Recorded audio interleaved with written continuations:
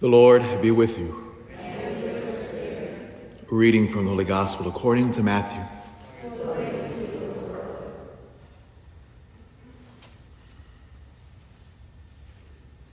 Jesus said to the crowds, "To what shall I compare this generation? It is like children who sit in marketplaces and call to one another. We played the flute for you, but you did not dance. We sang a dirge, but you did not mourn. For John came neither eating nor drinking, and they said he is possessed by a demon. The Son of Man came eating and drinking, and they said, 'Look, he is a glutton and a drunkard, a friend of tax collectors and sinners.' But wisdom is vindicated by her works." The Gospel of the Lord.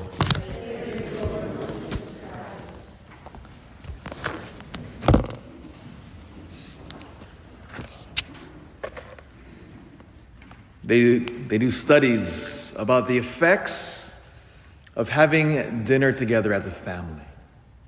You think, what's so remarkable about that? Because many of us, we grew up at a time where eating with our parents and our brothers and sisters around that hectic, crazy dinner table was normal. And over the decade, they tracked that progress, and sadly, the number is going down. In fact, not many people as a family take the time to eat together.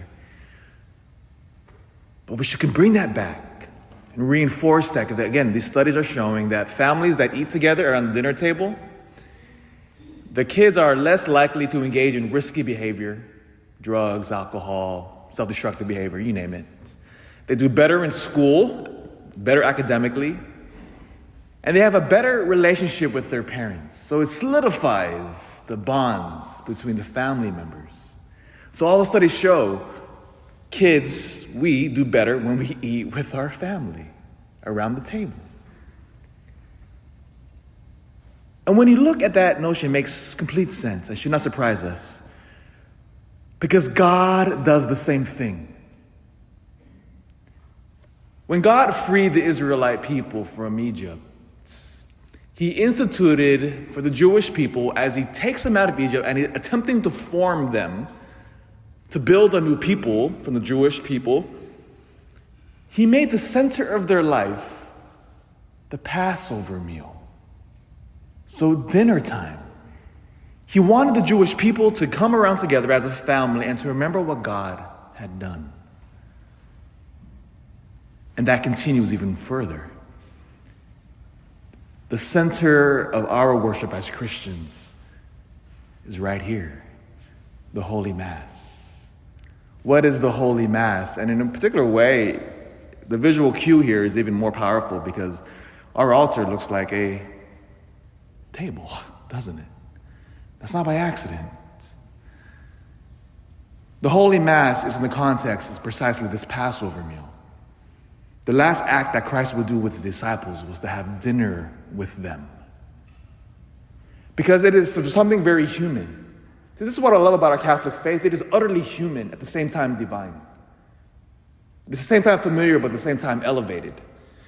Christ, who gathers us around the table of God. Why? Because it's at this table that God is trying to rebuild His family. He's trying to rebuild the bonds and the relationship between us. He's trying to gather us together, which is why our Lord Himself says in the gospel today, and we see this, He says, "They accuse me of being a drunkard and a glutton." Why? Because Jesus is always eating. He's always meeting sinners, and He says, "Invite me to your house so I can eat with you." Because He's trying to tell them, I'm trying to bring you into my family. And again, this weekend, by the way, as many of you know, is one of the busiest in our parish. Thousands upon thousands of people will descend upon St. Mary's in the next few days.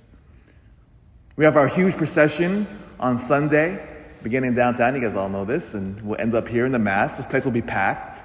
And then on 6 a.m. on Monday morning, we have the Mass there. Bishop Jaime Soto will be here. But it will begin even earlier than that. We began here at 4:15 a.m. in the morning. And again, this place will be jam-packed with people. As we celebrate, as we sing songs to our Blessed Mother, and then we move into the Mass, because it points to another pivotal situation with Our Lady of Guadalupe on Monday, which is related to the great saint we remember today, so it's all connected here. So we remember today Saint Juan Diego. I'm gonna try to pronounce his last name. It's a Nahuatl name. Jalcholitzan. I butchered it, but when Juan Diego had the apparition appear to him, and I'll end here on this final note. When Juan Diego was there in Mexico, it's now Mexico City, and Our Lady Guadalupe appeared to him, within the next few years, after the image of Our Lady Guadalupe, 10 million people joined the dinner table. It is the fastest conversion of any people in history. When the Aztecs converted to Catholicism, within a few short years, could you imagine 10 million people converted? What happened there?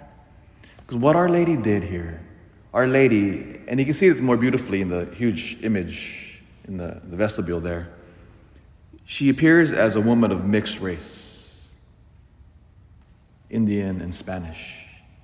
She visually showed to the Indians that you're a part of our family. And when the Indians saw that, it said that the priests there, their hands were so tired from baptizing people, they can barely hold their hand. They had assembly lines of baptisms, just like baptizing the Father and the Son and the Holy. They kept doing it all day long. 10 million people joined the table. And we'll see that. And I challenge you, if you've never been to any of the Guadalupe's festivities, come Monday morning here at 4 a.m, and you'll see our raucous, crazy family singing their hearts out.